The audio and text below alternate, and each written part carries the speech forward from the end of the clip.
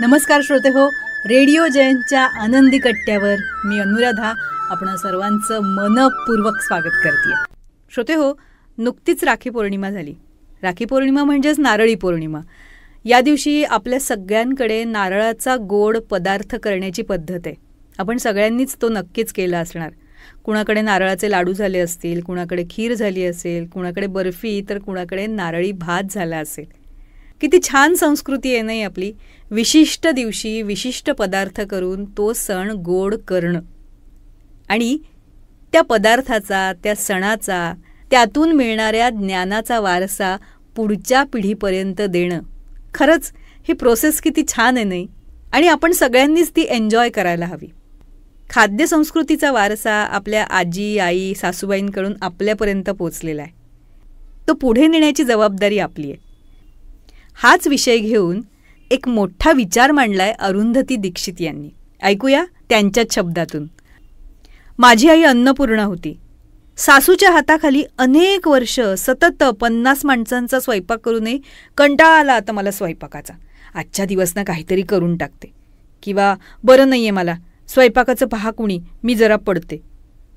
असं एकदाही तिनं म्हटल्याचं मला आठवत नाही. तिचं वेळीवर भरभर बारीक भाजी चिरणं असो, वा आम्ही तिन्ही खादाड मुलं एकदम भूक करत जेवायला बसल्यावर भराभर गरम गरम पुरणपोळ्या करून कोणाचंही पान रिकामं न राहता त्यांना वाढणं असो. खरंच तेव्हा कधी कौतुक नाही वाटलं, पण आज मात्र आश्चर्य वाटतं याचं. माझं लग्न झाल्यावर मी तिला विचारायला लागले, आई चिवडा कसं करतात, आई लाडू कसं करतात. ती सांगायची अगदी बारीक सारीक तपशिलासह. जितका आनंदानं ती स्वयंपाक करायची ना, तितकंच ती भरभरून सांगायची. कधी कधी तर तिचं ते सांगणं ऐकायलाच मी तिला विचारायची, आई नारळाची बर्फी कशी ग करतेस. हे विचारल्यावर तिचे डोळे आनंदानं फुलून येत. हे बघ, नारळ घेऊन अगदी सावकाश कमी जोर देऊन खोवायचा. बारीक खो पडला पाहिजे. जोराजोरात नारळ खरवडलास तर धसड्या धसड्या पडतील. खोबऱ्याच्या पाठीचं काळं त्यात पडता कामा नये. खरंच तेव्हा मिक्सर नव्हते. हातच्या कौशल्यावरच सुगरणपणा अवलंबून असे. तेव्हा आई मन लावून सांगत असताना मला वाटायचं स्वयंपाक करणारी माझी आई आणि तो पदार्थ बनवण्याची कृती, या दोघींचं इतकं गुळपीठ आहे ना, की ती करती आणि कृती जणू एकजीवच झाल्यात. त्यामुळे तयार होणाऱ्या पदार्थाच्या प्रत्येक कणाकणावर आणि तो तयार होतानाच्या क्षणाक्षणावर तिच्या अस्तित्वाची मोहोर उमटलेली असे, अगदी राजमुद्रेसारखी. परत भानावर येत मी म्हणे, मग पुढे. तिचा तो हुरूप पाहून माझे प्रश्न सुरूच असत. आई ग, बर्फी झाली आहे कसं समजायचं ग. अगं सोप्पं आहे. नारळ, साखर, खवा पहिल्यांदा एकत्र केल्यावर वेगवेगळेच राहतात. हळूहळू सारे एकत्र मिळून यायला लागतात, एकजीव होतात. मग गॅसची आच कमी करायची आणि सतत हलवत मात्र राहायचं. मग त्याचा गोळा व्हायला लागतो. बर्फी तयार व्हायला लागली की पातेल्याला न चिकटता कडेकडेनं मिश्रण सुटून यायला लागतं. आणि धग फार नको, नाहीतर मिश्रण बुडाला लागेल, जळेल ते. आणि धग फारच कमी केली तर वेळ लागेल आणि रंगही जास्त गडद होईल. ती त्याच्यात कधी केशर घालायची, तर कधी सारणात पडायच्या तयारीत असलेली खलबत्त्यातली वेलची पूड. ताटात वड्या थापताना काळजी घ्यायची. प्रत्येक बर्फीवर येईल असा एक एक बेदाणा, काजू आणि बदामाचा काप. आणि मग नंतर तिची नारळाची बर्फी ताटलीमध्ये सजलेली असायची. मग ती पहिल्यांदा देवापुढे बसायची. नैवेद्याचे सोपास्कार भराभर उरकून आमचा हात बर्फीवर पडायचा. साखरेला जशी एकाच वेळी गोडी असते, शुभ्र रंग असतो आणि दाणेदारपणाही असतो ना, तसाच त्या बर्फीला आईच्या हाताचा स्पर्श, मनाचा उत्साह आणि प्रेमळपणाही असायचा. त्या बर्फीत साक्षात आई उतरलेली असायची. आज इतक्या वर्षांनी तिचे शब्द आठवले.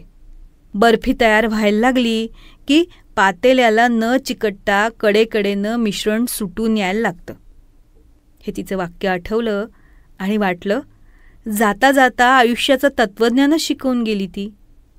एक पक्व परिपूर्ण आयुष्य बनवायचं असेल तर परिवाराविषयी वाटणारी आस आणि आच थोडी थोडी कमी करायला हवी आहे. जास्त प्रेम हृदयाच्या बुडाला चटके देत जाळल्याशिवाय राहत नाही आणि अचानक गॅस मिणमिणता केल्यासारखं संसाराला दूर लोटणं मनाचा रंगच काळवंडून टाकू शकतं. परिपक्व आयुष्याची रेसिपी जमली ना की संसाराच्या झमेल्यापासून सहजपणे सुटत सुटत माणूस अंतर्मुख होतो. सहज बर्फी तयार होते त्याची, मधुर, खुटखुटीत, हाताला न चिकटणारी, समाधानाच्या वेलदोड्याचा सुगंध देणारी. हो ना?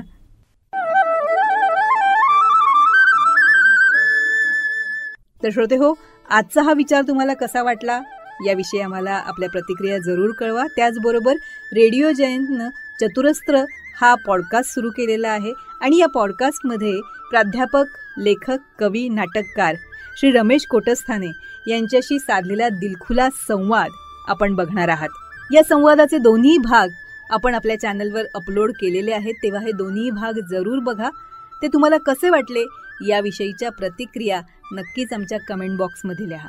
त्याचबरोबर श्री रमेश कोटस्थाने लिखित खुळा पाऊस या पुस्तकाचं अभिवाचन आपल्याला रेडिओ जयंतवर ऐकायला तर मिळेलच, पण त्याबरोबरच पूज्य साने गुरुजी लिखित श्यामची आई, पद्मविभूषण बाबासाहेब पुरंदरे लिखित राजा शिवछत्रपती या पुस्तकाचे दोन्हीही खंड, प्राध्यापक यशवंत पाठक लिखित मातीचं देणं, डॉक्टर शुभा साठे लिखित त्या तिघी, नर्मदा परिक्रमेच्या स्वानुभवांवर आधारित प्रभू पाठक लिखित बिल्वपत्र या दर्जेदार पुस्तकांचं अभिवाचनही आपण जरूर ऐका. आणि ते आपल्याला कसं वाटलं याविषयीच्या आपल्या प्रतिक्रिया आमच्या कमेंट बॉक्समध्ये नक्की लिहा. आणि हो, रेडिओ जयंत हे यूट्यूब चॅनल लाईक करा, शेअर करा आणि सबस्क्राईब करा. याचं सबस्क्रिप्शन फ्री आहे.